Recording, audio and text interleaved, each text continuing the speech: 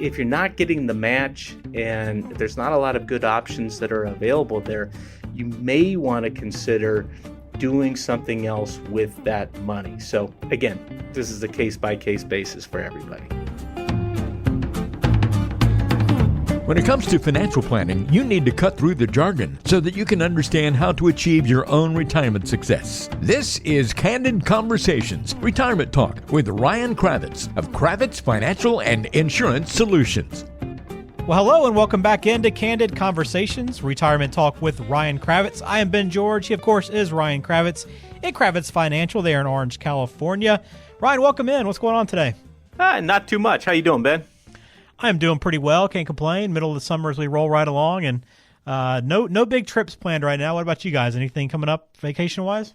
Well, just had a mini trip. Just that we moved our office over here to the city of Orange, as you know. Okay. So we kind of went through that over the course of the last couple of weeks, and it's always just a subtle reminder that moving is never fun. It's a lot of packing and everything else, but I will say it's real nice. It's real nice being here. It's a great central location, great building, right off the freeway. It's close for a lot of people to get to, or easy access for a lot of people to get to. So it's been great so far, that's for sure. So yeah, I was going to ask, is it as bad as moving a home? But it sounds like it's not fun no matter how you slice it. It's not fun no matter how you slice it, but there's definitely a lot less to have to move. I mean, there's no refrigerators or anything like that you gotta get over there, and there's a lot less packing. That's for sure. Yeah, all that bulky furniture, man. It's never fun. It's always a reminder, A, that I've got too much stuff, and B, I don't want to move again. So even with movers, it takes forever. It always does. And it's not cheap either to get movers. So anyway, not a fun process, but I'm glad you're getting settled in there in Orange. And if you need to get in touch with Ryan, again, phone number is still the same, 714-462-9155.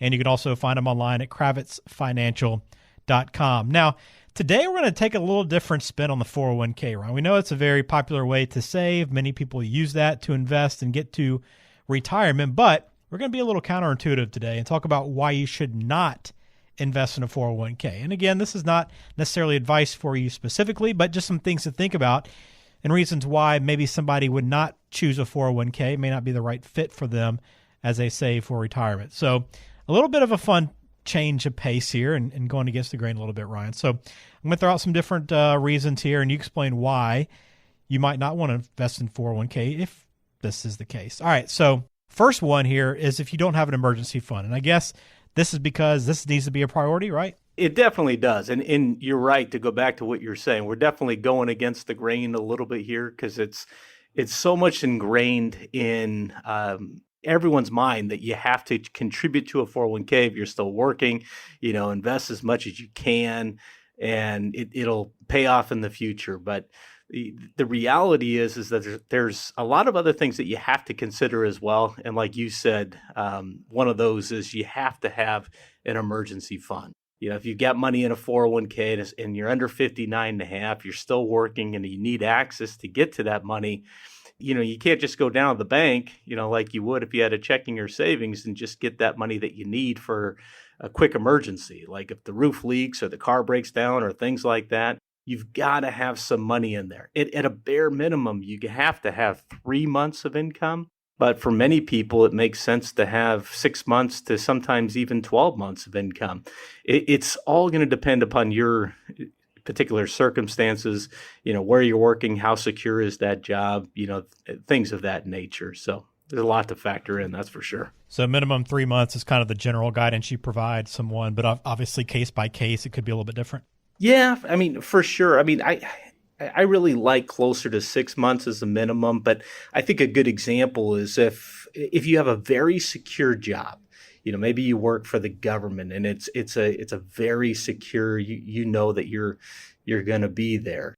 Maybe 3 months is going to be okay. But if you're in a less secure job, let's say, where there's a higher likelihood that you may be let go and that it could take a little while to find new employment, you want to make sure that you have some money kind of stashed away to pay the bills for a period of time to give you that flexibility. Because if you have to access that 401k while you're working there, you may be able to take a loan, but that's not ideal. Certainly not. And if you're not, working there and you now have to go access that, then you got to worry about the 10% penalties if you're under 59 and a half and all that. So bottom line, make sure you have enough, just kind of stashed away an emergency reserve. All right, good to know. So that's the first reason why you might not want to invest in a 401k right now. Put away some more into your emergency fund. All right.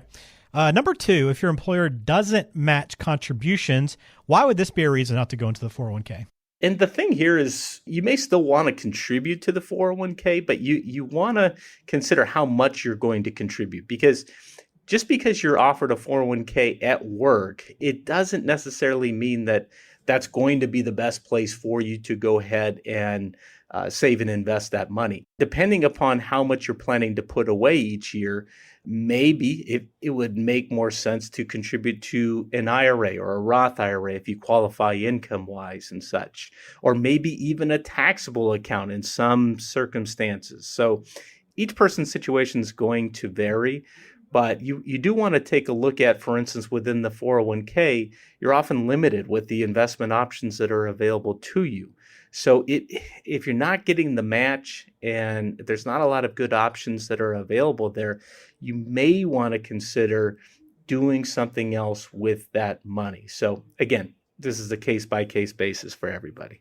All right, talking about reasons why you shouldn't invest maybe in a 401k. The next one seems like it might be obvious, but if you're swimming in debt, Ryan, maybe your money's better served paying that off rather than putting into a 401k? Yeah, 100%, especially if we're talking about consumer debt. If you have money on credit cards that you're paying high interest on, you definitely want to make sure that you're paying that off first. I mean, there's an argument to be made where you would want to take advantage of the free money, the matching money, so to speak, in a 401k. But contributing beyond that, if you're paying high interest on credit cards, like 17, 20, 22% and beyond, you want to pay that off because that interest rate is just way too high. On the other hand, if we're talking about a mortgage as for instance, just a couple of years ago, people were locking in like 3% mortgages on a fixed rate.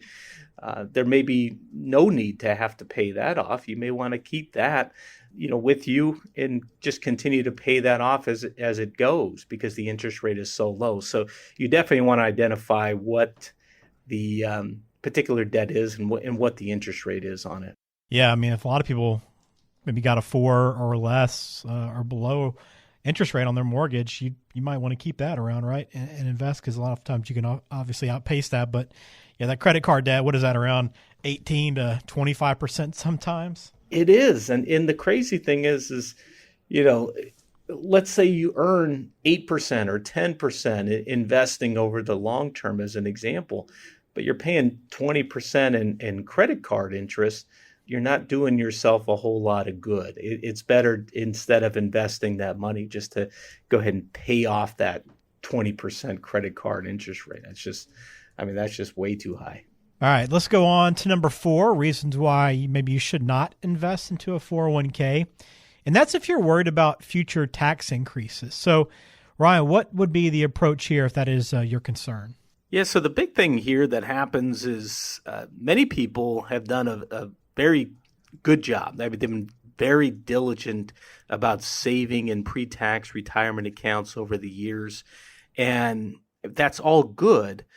The issue, though, becomes is that at some point, we all hear of diversification when it comes to investments, but at some point we look so non-diversified when it comes to taxes, because in retirement, we can see that all or almost all the income that we're going to get is going to come from the 401k. So you may want to consider, for instance, if your company has a Roth option where you could invest after tax, maybe you want to invest a portion into that. Or maybe you even want to just consider investing in a taxable brokerage account, because maybe the dividends and the capital gains that you have to pay taxes on may be less than what you're going to have to pay taxes on the 401k, because that's going to be taxed at ordinary income. So, you just kind of want to think through these things based upon your individual circumstances and what your tax picture is likely to be in the future, and making sure that the decisions that you're making today are reflective of that. All right. Got a few more here I want to run by you. What about if you no longer work for a certain company? You move jobs. I know oftentimes people have that 401k and the money's still there, but is it better off to not leave that money in the 401k? For a lot of people, it'll make sense to roll that money over into an IRA, especially as you get into retirement, because just for the sake of simplicity, I've seen situations where people have 3 or 4 different, 401ks that they just kind of have out there, and they get closer and closer to retirement. And number one, again, you're kind of limited in the options that you have that are available there. Number two, it's harder to keep track of what's going on with those accounts. And by consolidating those, by rolling them over into an IRA, it does have the advantages of giving you a lot of options in which to invest in. And also you get to have some control over your money, because you can, take all the different 401ks. Let's say you have 3 or 4 different 401k accounts. You could roll them all over into one IRA. And just for the sake of simplicity, it helps to, keep things easier to track, and also to make sure that the portfolio, the investment portfolio that you're creating around that makes sense, and that it matches with your particular needs for income in the future. The other thing is when you get hit with RMDs, the required minimum distributions, it'll make it a lot easier to manage when you have less accounts, for sure. All right, a couple more here, Ryan. What about liquidity being a big issue, I guess, with 401ks, right? You invest that money. The goal should be to not touch it until retirement. Obviously, there might be circumstances where you need to, but that should be the intention when you put that money in. So if you're going to need the money before retirement, maybe it's a good idea not to put it in a 401k. Yeah, and I think this kind of goes back to the emergency reserve, point that we were making earlier. One of the mistakes that I've seen people make is they hadn't done a real good job of making sure that they had the emergency money there, just that 3, 6, maybe 12 months of income, like we were talking about, in a checking or savings. And then they lose their job and they get put in a position where they're trying to find new employment. It's taking a while. And then they have to liquidate that 401k. And being under 59.5, they have to pay a 10% penalty, and then they have to pay taxes on that money. And so that's really not the ideal situation. So again, it's just about making sure that you have the money that you need set aside for liquidity, easy accessibility when you need it. Again, the roof leaks, the car breaks down, you need to just have money to pay the bills for a while until you find a new job. You need to make sure that you have some money there, because again, if you need to access that 401k, you're going to get hit with penalties and taxes and things like that. All right. Got a couple more here. Actually, just one more I want to give you, Ryan. So if you have any concerns about the structure of the plan, this could be, any wide variety of concerns you might have: control, flexibility, limited investment options. If you have any concerns, maybe you shouldn't invest. And to me, when I hear this one, Ryan, I never thought about looking too much into it, right? I've always just assumed, hey, if my company has a 401k, it probably makes sense to put money into it. But are there times where people actually dig in and feel uncomfortable? Well, there's definitely times where some 401ks are better than others as far as the options that are available. Okay. Each plan is unique, and unfortunately, sometimes in working with clients and taking a look at their 401k plans, you're trying to do your best to allocate that money appropriately for them, and sometimes it's just kind of limited in what the options are. But that will also factor into your decisions on whether you even want to make contributions to that 401k or future contributions to that 401k or not. All right. Well, again, this is just some of the reasons why you might not. If you have questions of whether or not you're making the right investments or if you're putting your money in the correct place, you can always reach out to Ryan at Cravitz Financial, online at kravitzfinancial.com, or over the phone at 714-462-9155. And again, Ryan, we're not saying that you shouldn't be investing in a 401k, but not every tool is going to work for every person, right? So you always want to think critically before you invest. That's absolutely right. Well, outstanding. Well, thanks for your time today, Ryan, and we appreciate you listening to this episode of Candid Conversations, Retirement Talk with Ryan Cravitz. We hope you have a good month, and we'll talk to you soon.